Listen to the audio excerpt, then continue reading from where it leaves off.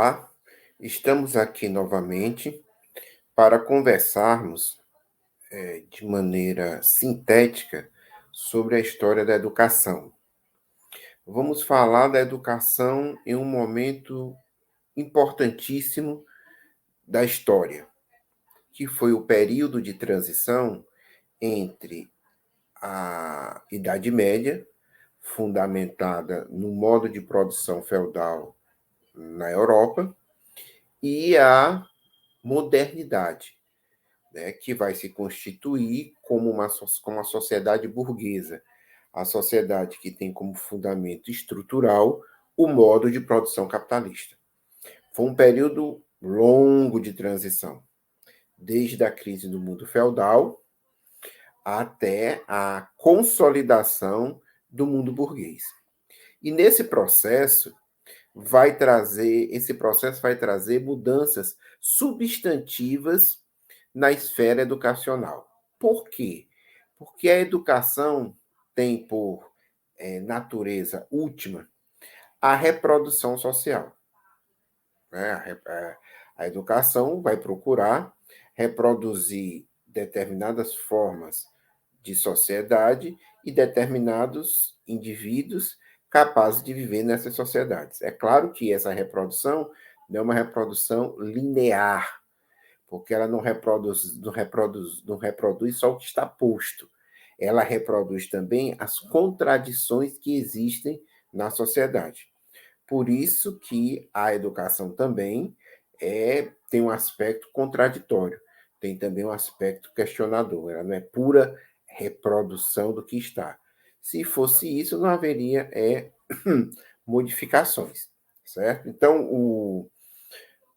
um grande historiador, certo, Perry Anderson, em um texto clássico, Linhagens do Estado Absolutista, ele vai dizer o seguinte, só no início, ele vai falar da a longa crise da economia e da sociedade europeias durante os séculos XIV e XV, marcou as dificuldades e os limites do modo de produção feudal no último período da Idade Média. Certo? Então, na chamada Baixa Idade Média, o modo de produção feudal entrou em crise. Né? E essa crise vai se alastrar pelo conjunto da sociedade e vai se manifestar de diversas maneiras, certo? Por exemplo, um autor, o Rui Nunes, em sua História da Educação no Renascimento, da educação do Renascimento, ele vai dizer: no século XIV, manifestou-se a crise final da Idade Média, que atingiu todos os setores da existência, e, de modo agudo, a educação e as escolas. Essa crise da civilização materializou-se sob a forma de catástrofes, ruínas e desordens, como desequilíbrio social, a miséria, as revoltas dos camponeses e o banditismo. A essas desditas acrescentaram-se os infortúnios causados pela Guerra dos 100 Anos entre a Inglaterra e a França, o exílio de Avião, né, e o grande cisma do Ocidente, né, depois eu vou explicar isso. Essas perturbações sociais afetaram gravemente o clero e os conventos, dos quais dependia totalmente a educação, assim como as próprias escolas. Né? É claro que essas catástrofes, essas revoltas dos camponeses não eram nada mais, nada menos do que a manifestação do desequilíbrio entre o crescimento das forças produtivas e contra as relações de produção feudais, né? E consequentemente contra suas relações políticas e culturais, né? Então a crise da Idade Média vai ser com base na crise do feudalismo, vai ser também uma crise da Igreja Católica, vai ser uma crise das estruturas sociais e políticas. Né? Interessante aqui é que a Maria Lúcia de Arruda Aranha, né, na sua História da Educação e da Pedagogia, ela vai dizer o seguinte: a Renascença é o período compreendido entre os séculos XV e XVI e leva esse nome por significar a retomada dos valores greco-romanos. também chamada de Renascimento. Desencadeou o movimento conhecido como humanismo, indicando a procura de uma imagem do ser humano e da cultura, em contraposição às concepções predominantemente teológicas da Idade Média e ao espírito autoritário delas decorrente. Embora a Renascença não fosse irreligiosa, há um esforço para superar o teocentrismo ao se enfatizar os valores antropocêntricos propriamente humanos, mais terrenos. Né? Então, é um período de crise, né? E a hegemonia da Igreja Católica é quebrada por um movimento que é o movimento da reforma, né? Da chamada reforma protestante, né? Que vai ser impulsionado, entre outras coisas, pelo desenvolvimento do individualismo, pela imprensa, né? Pela luta dos setores da burguesia, né? Da classe ascendente, a classe dos comerciantes, dos banqueiros, né? E dos manufatureiros que buscam uma unidade nacional, né? Que buscam superar os limites das relações feudais. O interessante é que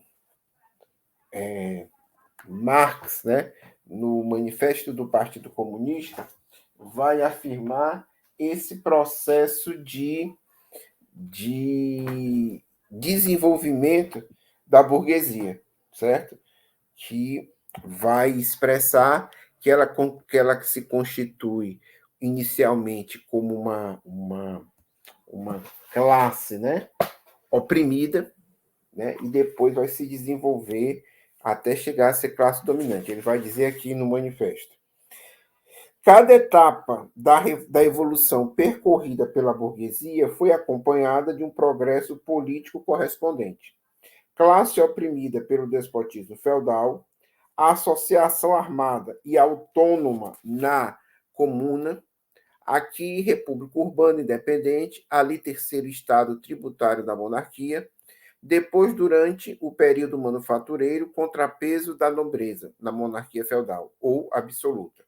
Base principal das grandes monarquias, a burguesia, com o estabelecimento da grande indústria e do mercado mundial, conquistou finalmente a soberania política exclusiva no Estado representativo moderno. Né? Então, esse processo de constituição da sociedade moderna também é um processo de revoluções burguesas, né? De revoluções que colocam a burguesia no comando, na direção do Estado, superando a nobreza. Né? Então, em outra oportunidade, nós veremos isso. Então, nesse período, que é o período da reforma, que é o período do renascimento, várias, né, coisas abalaram o mundo feudal. Como indica o Nelson Werneck Sodré, esse historiador brasileiro, na formação histórica do Brasil, ele diz: as transformações que abalam o mundo feudal não se refletem apenas no aparecimento de nações e encontram consequência no processo de unificação que quebra o hermetismo da ordem feudal, fragmentada e dispersa. Né?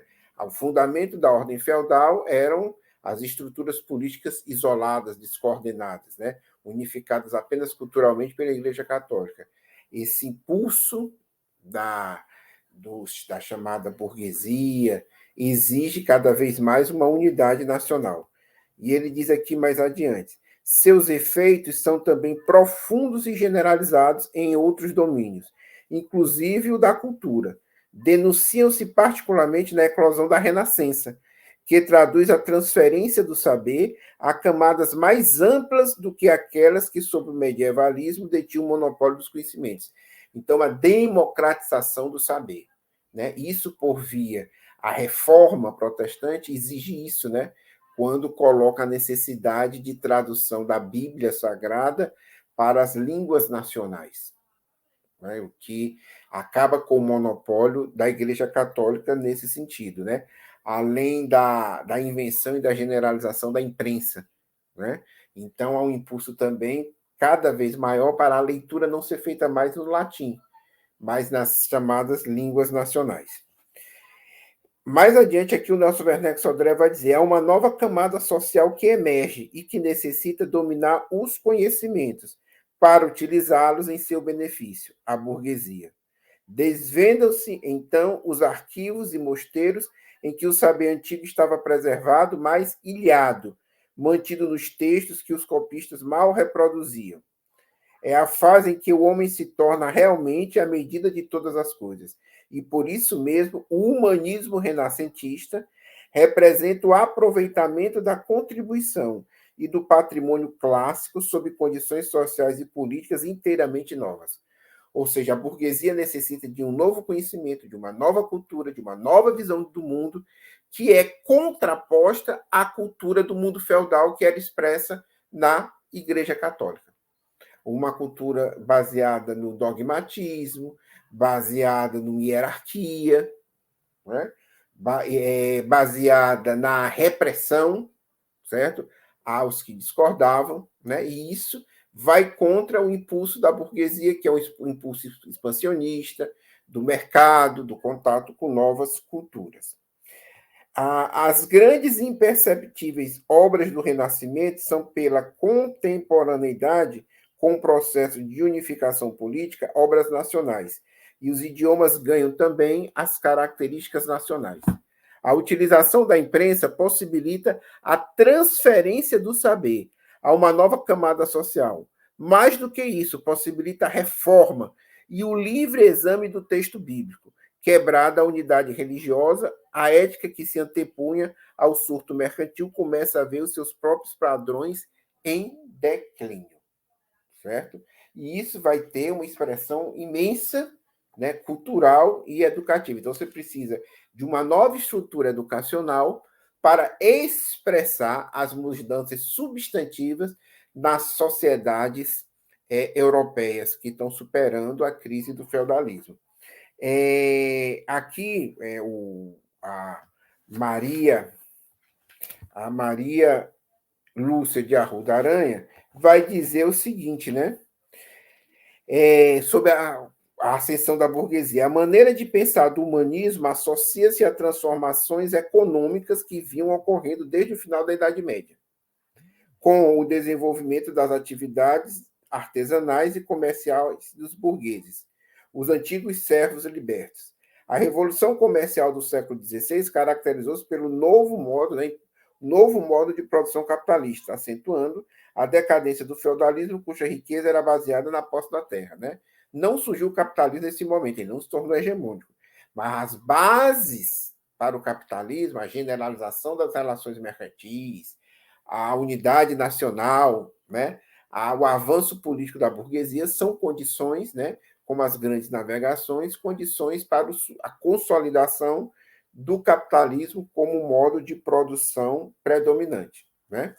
Então, esse espírito renovador do Renascimento manifestou-se, inclusive, na religião. Aqui ela vai continuar a comentar a autora, né? Com a crítica à estrutura autoritária da Igreja concentrada no poder papal. Interesses políticos nacionalistas e de natureza econômica sustentavam os movimentos de ruptura representados pelo luteranismo, né, na Alemanha, né, pelo calvinismo e pelo anglicanismo na Inglaterra. Interessante que o Otto Alcides Weiler, certo? Vai dizer na obra dele Humanidade e Lutas Sociais, né, a Antiguidade Clássica e o Feudalismo, isso.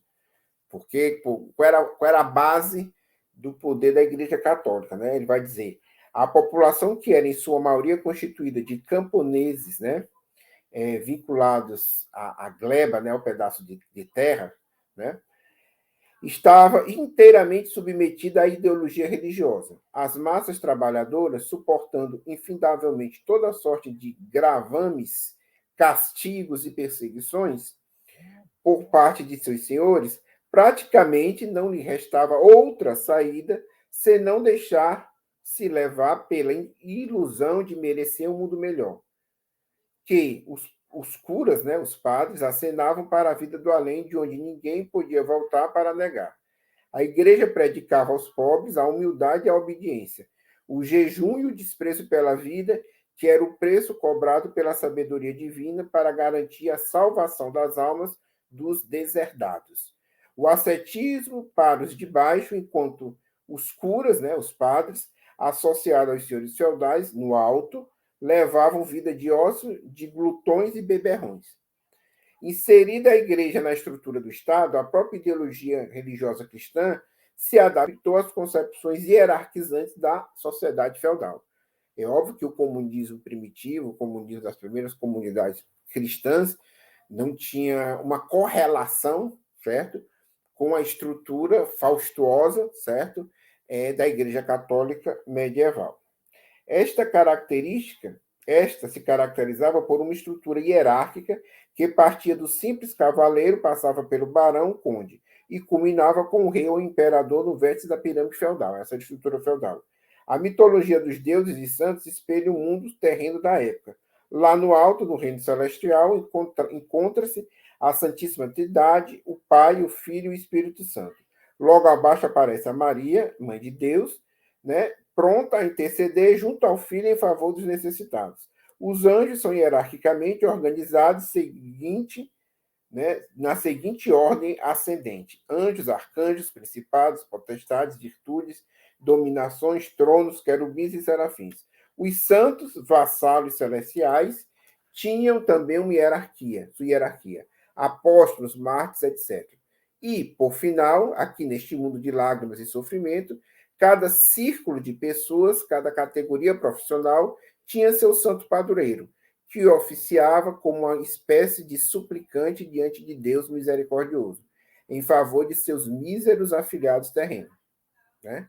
Então, tudo no catolicismo, a solenidade litúrgica, os templos suntuosos e sua rica ornamentação interna, as estátuas dos santos, os altares iluminados, as vestes luzidias dos prelados, a música do órgão e o canto do coro, parecia, né, preparado para influenciar a mente das massas oprimidas, incultas e, sobretudo, sem outra esperança que não a deliciosa vida do além-túmulo, onde os fiéis haveriam de estar ao lado dos santos e até de seus opressores para a comunhão definitiva e eterna no regaço de Deus Todo-Poderoso e Amantíssimo. Né? Quer dizer, essa visão foi totalmente desestruturada pelos ventos da reforma. Né?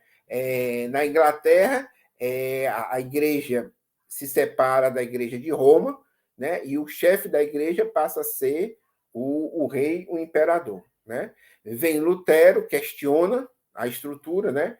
Coloca que só há um mediador entre Deus e os homens, que é Jesus Cristo, e Calvino vai radicalizar cada vez mais, e a partir daí vão surgir camadas e mais camadas de estruturas religiosas muito mais democráticas que a Igreja Católica. Né? Então, a reforma desestruturou, vamos dizer assim, o último bastião ideológico da Idade Média e fez florescer, né, culturalmente, uma gama imensa de debates, de discussões e de liberdade religiosa nesse sentido, em relação à ordem anterior, que era da Idade Média. Como é que isso se reflete na cultura, na educação? E aqui, já para terminarmos, novamente a Maria Lúcia de Arruda Aranha vai falar do nascimento do colégio. Né? É impressionante o interesse pela educação no Renascimento, sobretudo se comparado com o manifestado na Idade Média, principalmente pela proliferação de colégios e manuais para alunos e professores. Educar torna-se questão de moda e uma exigência conforme a nova concepção de ser humano. Nova concepção de ser humano que emerge das novas relações sociais que surgem de um modo diferente das pessoas se envolverem no processo de produção social. Né? Ou seja, frente à crise do feudalismo e à emergência de relações capitalistas. Enquanto os mais ricos ou da alta nobreza continuavam a ser educados por preceptores em seus próprios castelos, a pequena nobreza e a burguesia também queriam educar seus filhos e os encaminhavam para a escola, na esperança de melhor prepará-los para a liderança e a administração da política e dos negócios. Já os interesses da educação de segmentos populares, em geral, não eram levados em conta, restringindo-se à aprendizagem de ofícios. Né? Ou seja, havia, de certa forma, uma luta entre a nobreza, a aristocracia, né? E de um lado você tinha a burguesia e setores da chamada pequena nobreza, da nobreza baixa, né? Então, a outra classe social, que era a classe dos artesãos, dos camponeses, né? Dos primeiros trabalhadores assalariados, ainda estava por emergir, por lutar pelos seus direitos educacionais, né? Então, o aparecimento dos colégios, né? Isso vai ser consolidado, né, a partir do século XVI, no movimento que vai até o século XVIII, foi um fenômeno correlato ao surgimento da nova imagem da infância e da família. Na Idade Média, misturavam-se adultos e crianças de diversas idades na mesma classe, sem uma organização maior que os separasse em graus de aprendizagem. Foi a partir do Renascimento que esses cuidados começaram a ser tomados, assumindo contornos mais nítidos apenas no século XVII. Né? Então, aí vão surgir várias vertentes nesse processo. Vai surgir uma educação leiga ou uma educação laica, né? Uma educação que, diante das diversas tendências religiosas, a Igreja Católica e as diversas correntes da Reforma Protestante, se coloca distante disso. Ok? Ao mesmo tempo, tem uma educação religiosa reformada, ou seja, que não é católica, e há também uma reação católica, que é a chamada Contra-Reforma, cujo produto vai ser a ordem dos jesuítas, que vai estruturar, né? São, de certa forma, os guerreiros da fé católica, que vão estruturar uma reação através da construção, da consolidação de toda uma pedagogia católica, de colégios católicos, né? Então, que merece depois até um vídeo, né, para a gente discutir esses vários aspectos da educação leiga, da educação reformada, né, da educação das correntes protestantes e da educação católica, né, que é vinculada à contra-reforma, né? Então, do ponto de vista da pedagogia, nesse período de reforma, de renascimento, há uma tendência maior à secularização, né? Então, ou seja, a produção intelectual do Renascimento, seja na literatura, seja na filosofia, demonstrava interesse em superar as contradições entre o pensamento religioso medieval e o anseio de secularização da burguesia.